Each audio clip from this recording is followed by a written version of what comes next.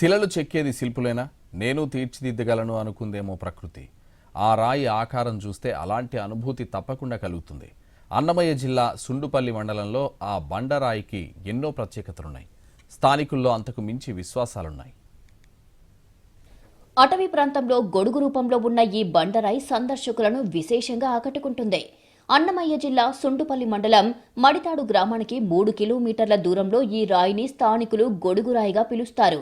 ఈ రాయి ఇలా ఏర్పడి 2 లక్షల సంవత్సరాలై ఉంటుందని భూగర్భ శాస్త్రవేత్తలు అభిప్రాయపడుతున్నారు.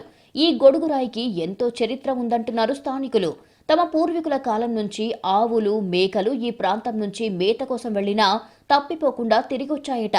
పశువులు అడవిలో తప్పిపోకుండా తమ ఇంటికి వచ్చేయాలంటూ మనసులో కోరుకొని ఈ గొడుగురాయిపై చిన్న చిన్న రాళ్లు వేస్తే అంతా అనుకున్నట్లే జరుగుతుందట. ఇక్కడ అడవిలో ఒక రాయి ఉన్నది. ఆ రాయి వచ్చేసి మేము అప్పుడు గోల్డ్రా మేకల దొంగపోతున్నాము. ఆ రాయి పెద్దోళ్ళు రాళ్ళు వేస్తారంటే ఏమి రాళ్ళు వేస్తామంటే గోల్డ్ పడి తప్పకుండా వస్తారా వేసేయనుగా చెప్తా అన్నారు. అది గోల్డ్ కానీ మేకలు కానీ మళ్ళీ తప్పకుండా ఇంటికి వస్తాయి చెప్తే రాళ్ళు పైన వేస్తాను దాని మీద. గాలి కానీ వాన కానీ ఊరుని కానీ మెరుపు కానీ ఏం చమ్మకంగా చమ్మకదు. వర్షం వచ్చినా ఎండ కాసినా ఈ గొడుగురాయి కింద సేద తీరుతామంటున్నారు మడితాడు మండల వాసులు. అంతేకాదు సంతానం లేని వారు కూడా ఈ గొడుగురాయిపై చిన్న రాయిని వేస్తే కోరిక తప్పకుండా నెరవేరుతుందని చెబుతున్నారు. దీని పేరు గొడుగురాయి.